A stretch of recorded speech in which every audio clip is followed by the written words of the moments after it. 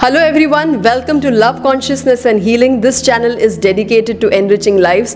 और दोस्तों आज एक बहुत ही ऐतिहासिक दिन है क्योंकि हम आए हैं गणेशपुरी के वज्रेश्वरी माता टेम्पल में और हमारे साथ हैं। मेरा नाम है धनेश हेमेंद्र गिरी गोसावी। मैं वज्रेश्वरी देवस्थान का हेरिडेटरी ट्रस्टी हूँ। माता जी की पौराणिक कथा ऐसी है कि इस वज्रेश्वरी क्षेत्र में त्रेता युग में उग्रसुर नाम का राक्षस राज्य करता था। उसके दो बेटे थे, कलिकाल और सिंहमार। उन्होंने दंतुर और दुर्धर ये बलाढ्य राक्षसों को साथ लेकर उस समय के ऋषि मुनि और जनता पर अत्याचार करना शुरू कर दिया। इनके त्रासदी से बचने के लिए सब वशिष्ठ मुनि के आधिपत्य में सब ऋषि मुनियों ने त्रिचंडी यज्ञ किया था। महाकाली, महालक्ष्मी, महासरस्वती माता जी को प्रसन्न के लिए त्रिचंडी यज्ञ किया था। उसमें सभी देवताओं को आहुति दे दी गई, लेकिन देवों के देव इंद्रदेव इनको आहुति देना ऋषि मुनि भूल गए। इसलिए इंद्रदेव ने क्रोधित होकर ऋषि मुनियों पर वज्रास्त्र छोड़ दिया। इस महाकाय संकट से बचाने के लिए वशिष्ठ मुनियों ने और ऋषि मुनियों ने आदिमाता पार्वती की प्रार्थना की कि माता इस संकट से हमें बचाइए। तो वो माता ने वो वज्र गिलिंकित कर दिया, इसलिए माता जी का नाम वज्रेश्वरी है। ऐतिहासिक कथा ऐसी है कि 18वीं शताब्दी में पोर्तुगीजों का राज्य गोवा से लेकर दमन तक था।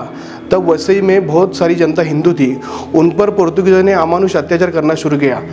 ये खबर उन समय पेशवाई के सेनापति बाजीराव पेशवा के छोटे भाई चिमाजीप्पा पेशवा को लगी। उन्होंने वसई की किला जीतने की मुहिम निकाली। उन्होंने पहला स्टे वज्रेश्वरी ये गांव में रखा।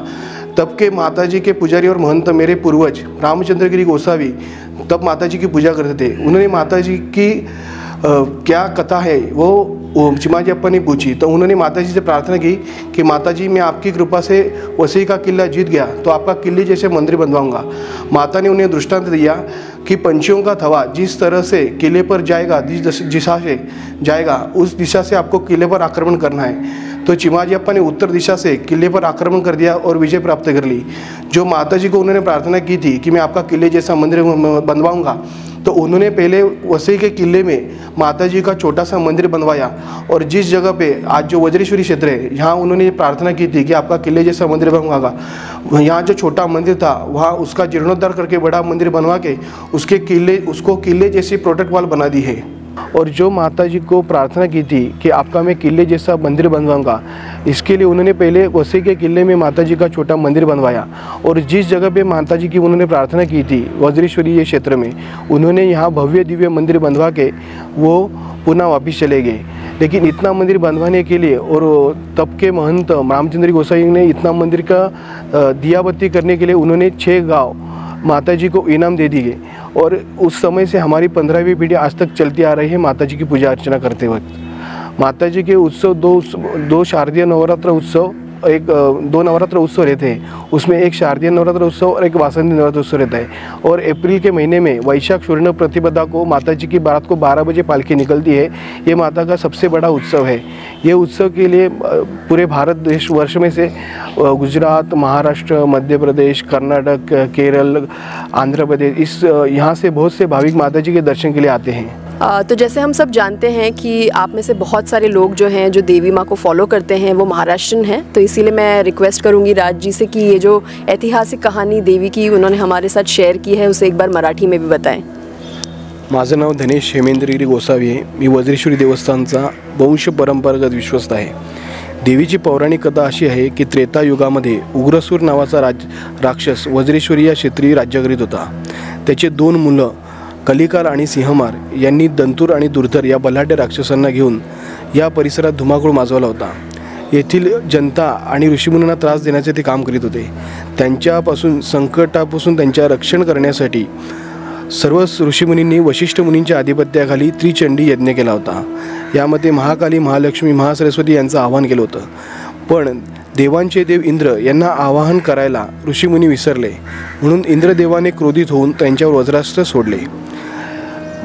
या संकटापासून वाचवण्यासाठी सप्तर्षींनी आदिमाता पार्वतीची प्रार्थना केली की या संकटापासून माते आम्हाला तू वाचव, म्हणून मातेने ते वज्र गिळंकित केले, म्हणून मातेचं नाव वज्रेश्वरी आहे। देवीची ऐतिहासिक कथा अशी आहे की 18व्या शतकामध्ये पोर्तुगीजांचं राज्य हे गोव्यापासून दमणपर्यंत पसरलेलं होतं। त्या काळची बहुतांश जनता ही हिंदू होती। त्यांच्यावर अमानुष अत्याचार करणे, बाटवाबाटवी करणे यासारखे प्रकार चालू होते। ही कबर शाहू महाराजांचे प्रधान बाजीराव पेशवा यांना कळली. त्यांनी त्यांचे लहान बंधू चिमाजीअप्पा पेशवा यांना वसईचा किल्ला जिंकण्याची मोहीम दिली. या मोहिमेमध्ये चिमाजीअप्पा पेशव्यांनी पहिला मुक्काम हा वज्रेश्वरी या क्षेत्री घेतला. त्यावेळेसचे माझे पूर्वज श्री रामचंद्रगिरी गोसावी हे देवीची पूजा अर्चा करीत असत. त्यांनी देवीची महिमा त्यांनी चिमाजीअप्पांनी रामचंद्रगिरींना विचारला. त्यांनी देवीला नवस केला की माते, मी तुझ्या कृपेने जर वसईचा किल्ला जिंकलो तर मी तुझं किल्ल्यासारखं मंदिर बांधीन. चिमाजीअप्पांना देवीने दृष्टांत दिला की पक्ष्यांचा थवा ज्या दिशेने किल्ल्यावर उडेल त्या दिशेने तू किल्ल्यावर हल्ला कर. उत्तर दिशेने चिमाजीअप्पांनी किल्ल्यावर हल्ला करून विजय प्राप्त केला. म्हणून देवीला जो नवस त्यांनी केला होता तो पूर्ण करण्यासाठी पहिले त्यांनी किल्ल्यामध्ये देवीचं छोटंसं मंदिर बांधलं आणि वज्रेश्वरी या क्षेत्री देवीने प्रार्थना केली होती की मी जो किल्ल्यासारखं मंदिर बांधीन. मग इथे येऊन त्यांनी देवीचं भव्य दिव्य असं मंदिर बांधलेलं आहे. रामचंद्रगिरीबुवापासून महंत देवीचे पहिले पुजारी महंत गुरुदेव गोधडेबुवा यांची संजीवन समाधी मंदिराच्या मागच्या बाजूला आहे. त्यांच्यापासून आमच्या पिढीची सुरुवात झालेली आहे. आज मी माझे नंबर 15 आहे. इथपर्यंत आमची पूजा अर्चा देवीचे सगळं नैवेद्य पाणी याची सर्व अधिकार आमच्याकडे आहेत आणि आमच्या हातून ही सेवा अघटितपणे चालू आहे. थैंक यू सो मच राज, हमसे ये कहानी शेयर करने के लिए. तो आगे बढ़ते हुए चलिए इनसे जानते हैं कि साल भर यहाँ वज्रेश्वरी माता की मंदिर में क्या क्या उत्सव होते हैं, क्या क्या ऐसे फेस्टिवल्स होते हैं जिसके बारे में आप सभी को पता होना चाहिए. माता जी के उत्सव फाल्गुन वद्य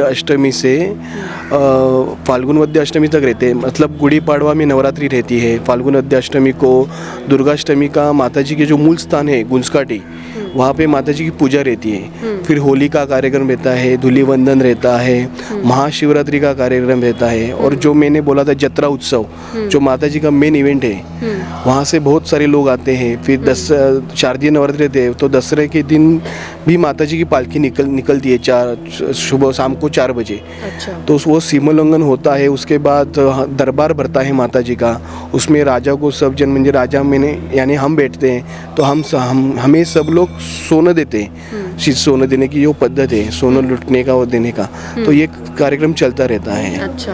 तो आप सबके जीवन में आई एम श्योर कुछ ना कुछ प्रॉब्लम्स चलती रहती हैं, लेकिन जब माता की कृपा होती है तो सारे प्रॉब्लम्स जो हैं वो हमारी लाइफ से रफ़ा दफ़ा हो जाते हैं. तो चलिए राज जी से जानते हैं कि अगर लोगों को किसी तरीके की तकलीफ़ है तो क्या यहाँ पे माता के मंदिर में आके उनको कृपा मिल सकती है. कैसे हैं, माता जी से बहुत से लोगों को बहुत सारी प्रॉब्लम रहती है. जिनको बच्चा नहीं होता उनको माता जी ने 15 साल के बाद बच्चा हुआ है. जिनकी शादी नहीं हुई उनकी शादी हुई है. त्रेता युग में जब ऋषि मुनियों ने स्नान के लिए कुंड बनवाए थे 360, तो उसमें जब नवनाथ यहाँ माता जी के दर्शन के लिए आते तो उन्होंने दर्भ छोड़ के वो ठंडे पानी के कुंड गर्म पानी के किए थे.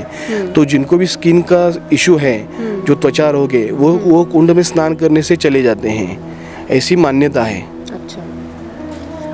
कोई ऐसी चमत्कारिक कहानियाँ आपको याद हो जो आपके लाइफ में घड़ी हो इतने साल में, या आपके आसपास जो लोग हैं उनकी लाइफ में. एक सिंधी भक्त थे जो मेरे सामने आए थे. 50-55 साल की उनकी वाइफ थी, वो भी 60 साल के थे. उन्होंने बहुत साल शादी के बाद बच्चा नहीं हुआ, लेकिन 50 साल की उम्र में उन्होंने माता जी से प्रार्थना की कि हमें बच्चा होना चाहिए. तो उनके शादी के 20 साल बाद उन्हें बच्चा हो गया. ये माता जी की कृपा है. अरे वाह. इसके अलावा और कोई आपके डे टू डे लाइफ में हमारी लाइफ में कुछ ना कुछ छोटे छोटे चमत्कार होते रहते हैं. बहुत छोटी बातें होती हैं, लेकिन वो छोटी छोटी बातें ही हमें एक आशा देती है कि हमें अपने जो धर्म के रास्ते पे आगे चलते रहना चाहिए. तो आपके साथ पर्सनली ऐसी कुछ चीज़ें हुई हैं जब आप किसी मुश्किल समय में थे, आप कंफ्यूज थे या कुछ ऐसा था और आपको माता ने एक रास्ता दिखाया जिससे आपकी प्रॉब्लम सॉल्व हो. कुछ भी मांगेंगी वो माता जी दे देती हैं. इसकी वजह से इतने सारे भाविक माता जी के दर्शन के लिए आते हैं. ऐसा कोई भी नहीं है कि माता जी के दरबार में खाली हाथ गया है. जो खाली हाथ आया है वो भर के गया है. ऐसा माता जी का सब दृष्टांत है. इसका मेन उदाहरण तो चिमाजीअप्पा पेशवा है कि उन्होंने वैसे का किला जितना ये माता जी की कृपा से उन्होंने जीत सके. ये तो जितना मुश्किल था उनके लिए, ये माता जी की कृपा है. आप इतने मतलब पूरा बचपन आपने यहाँ पे आप पले बड़े हुए हैं, तो आपको बचपन की कोई अच्छी ऐसी याद हैं जो आपके लिए बहुत एक स्पेशल मेमोरी है यहाँ पे माता की. नहीं, माता जी के कैसा मतलब, माता जी यहाँ पर बहुत सारे बच्चे जो अनाथ आते थे उनके लिए खाना पीना देना चलता था. और जिनको भी बाहर की बाधा है वो यहाँ आके चली जाती थी. ऐसी बहुत सारी घटनाएं हैं मेरे इसमें. तो आपका बचपन यहाँ पे कैसा बीता? आप क्या कैसे माहौल में पले बड़े?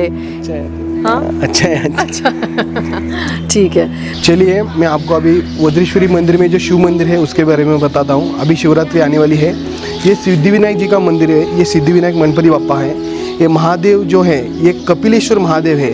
इनकी जो शालूंकी है ये हनुमान जी की कपी की तरह है।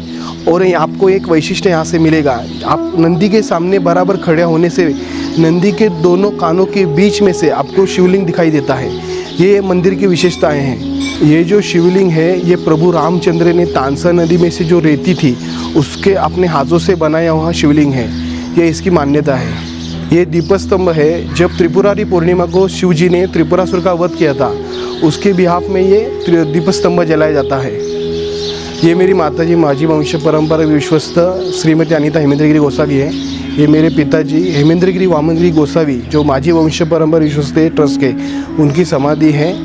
उन्होंने वज्रेश्वरी मंदिर का जो मेन सभा मंडप है उसका जीर्णोद्धार, माताजी की पानी की सुविधा और वज्रेश्वरी गांव में जो स्कूल की बिल्डिंग है ये बनाई थी। और जो माताजी के गुंजकाठी में मूल स्थान है वहाँ सभा मंडप बनवाया था। और जो हमारे गुरु हैं महंत गुरुदेव गोधड़े बुवा महाराज उनका समाधि का जीर्णोद्धार किया था। नमस्कार, मी वज्रेश्वरी योगिंद्र संस्थान श्री वज्रेश्वरी देवस्थानची माजी वंश परंपरागत विश्वस्त श्रीमती अनिता हेमेंद्रगिरी गोसावी असं माझं नाव आहे। हे वज्रेश्वरी देवस्थान भिवंडी तालुका ठाणे जिल्ह्यामध्ये येतं। हे खूप मोठं तीर्थक्षेत्र आहे। ह्या मंदिरामध्ये मूळ वज्रेश्वरी माता, कालिका माता, रेणुका माता, महालक्ष्मी माता आणि परशुराम स्वामींचं मंदिर आहे। त्यासहित इतरही मंदिर आहेत जे म्हणजे एक आपलं महादेव मंदिर आहे, दत्तगुरू महाराजांचं मंदिर आहे, मारुती मंदिर आहे, आमचे गुरुदेव गोधडे बाबा महाराज यांचं देखील मंदिर आहे। ह्या मंदिराला खूप मोठा असा परिसर लाभलेला आहे। जवळच तानसा नदी वाहते आहे, मंदाकिनी डोंगर आहे, वर गौतम टेकडी आहे। ज्या गौतमी टेकडीवर आमचे पूर्वज जे गुरुदेव गोधडे बाबा हे आमचे पूर्वज ज्यांच्यापासून आमची पिढी सुरुवात झालेली आहे त्यांची वर संजीवन समाधी आहे। आता ही आमची 15वी पिढी आहे। आता या 15व्या पिढीचे माझे चिरंजीव धनेश हेमेंद्रगिरी गोसावी आत्ताचे वंश परंपरागत विश्वस्त आहेत आणि देवस्थानचा कारभार हे ते स्वतः बघत आहेत। आता सध्या कायमस्वरूपी वंश परंपरागत विश्वस्तपदी ते स्वतःच काम करीत आहेत। आपल्या देवस्थानामध्ये खूप उत्सव चालू असतात। या देवस्थानामध्ये बरेचसे मंदिर असल्या कारणामुळे इथे सगळे जन्मोत्सव देवांचे साजरे होतात। ह्या देवीच्या देवळामध्ये आपल्या 2 नवरात्र उत्सव होतात। एक मोठा यात्रा उत्सव होतो। मोठा यात्रा उत्सव जो होतो तो वैशाख प्रतिपदेला असतो। वैशाख प्रतिपदेला देवीचा पालखी सोहळा असतो। त्या दिवशी रात्री 12 वाजता देवीची पालखी निघते। ती संपूर्ण गावभर फिरून सकाळी 7 वाजता देवीच्या मंदिरात येते। वैशाख चतुर्दशीला देवीची महापूजा असते। वैशाख अमावस्येला देवीची दीपपूजा असते आणि वैशाख प्रतिपदेला रात्री 12 वाजता ही पालखी निघते। पालखी सोहळा हा खूप मोठ्या प्रमाणात असतो। पालखीला संपूर्ण महाराष्ट्रातले व महाराष्ट्र सोडून इतरही भागातले सर्व देवस्थानमध्ये येणारे जे भाविक वर्ग आहे तो खूप मोठ्याने उपस्थित असतो। तसेच देवस्थानामध्ये महादेव मंदिर, दत्त मंदिर, मारुती मंदिर असल्या कारणामुळे देवस्थानामध्ये सगळ्या देवांचे जन्मोत्सव साजरे होतात। महाशिवरात्रीचा खूप मोठा उत्सव महादेवांचा होतो। दत्त महाराजांचा दत्त जयंतीचा उत्सव होतो। गोकुळाष्टमीला गोपाळकृष्ण महाराजांचा जन्म होतो। मारुतीरायांचा हनुमान जयंतीला होतो। तसंच गुरुदेव गोधडे बाबा महाराज जे आमचे गुरु आहेत त्यांची जी समाधी गौतम टेकडीवर आहे त्या टेकडीवरती जिथे मंदिर आहे त्या मंदिराचा जो उत्सव आहे तो हनुमान जयंतीच्या दिवशी म्हणजेच हनुमान जयंतीच्या दिवशी म्हणजे हनुमान जयंतीचा ज्या दिवशी उत्सव असतो त्या दिवशी गुरुदेव गोधडे बाबांचा उत्सवाचा दिवस आहे। तसेच देवीला जो नैवेद्य रोजचा असतो तो आपल्याच घरातून जातो म्हणजे देवीच्या मठातून जातो। देवीची पारंपरिक पूजा अर्चा नैवेद्य आरती देवीचे अष्टक देवीचे जे काही सगळे धार्मिक नित्यविधी नित्यपूजा आणि वर्षानुवर्षाची चालत आलेली जी पूजा आहे ती आमच्या घराण्याकडे आहे। आज आमची ही 15वी पिढी आहे। 15वी पिढी आज सर्व जे उत्सव साजरे केले जातात ते माझ्या मुलाच्या हातून केले जातात। माझा मुलगाही तो अत्यंत नम्रपणे आणि धार्मिक वृत्ती ठेवून सगळे उत्सव अत्यंत आनंदाने पार पाडत असतो। असे हे इतकं सुंदर मोठं मंदिर आहे, खूप मोठं तीर्थक्षेत्र आहे भरपूर प्रमाणात भाविक इथे येत असतात। इथे देवळात तानसा नदी आहे, डोंगर आहेत, त्यामुळे ह्या देवस्थानला भरपूर असं काही समृद्धी जी निसर्गाने दिलेली आहे ती खूप आहे। आणि देवस्थानाकडे आज सगळ्या प्रकारची सुखसोयी आहेत, जिथे वीज आहे, पाणी आहे, सगळ्या भाविकांच्या गरजा ज्या आहेत त्या भागवल्या जातात। थोडक्यात म्हणजे देवळात जो मोठा परिसर आहे त्या परिसरामध्ये भाविक अत्यंत भरपूर वेळ देऊन बराच वेळ देवळामध्ये शांतपणाने देवीची ध्यानधारणा पूजा अर्चा आपला वेळ घालवू शकतात। असं हे देवस्थान वज्रेश्वरी सगळ्या भाविकांनी येऊन देवीचं दर्शन घ्यावं आणि देवीची प्रार्थना करून देवीच्या जवळ आपली इच्छा पूर्ण करण्यासाठी प्रार्थना करावी। आज त्या देवी जगदंबा अंबा मातेने जशी माझी सगळी इच्छा पूर्ण केली अशी सर्व भक्तांची करावी आणि सगळ्या देवीपुढे हीच माझी नम्र विनंती, नम्र प्रार्थना आहे। आई जगदंबा अंबा माता की जय हो। आई साहेब बया साहेब जय जयकार है, आनंदी बाद छे बोल श्री वज्रेश्वरी अम्बे की जय, कालिकांबे की जय, रेणुकांबे की जय, महालक्ष्मी अम्बे की जय, परशुराम स्वामी की जय, गोदड़े बुआ महाराज की जय, नित्यानंद भगवान की जय, अम्बा माता की जय।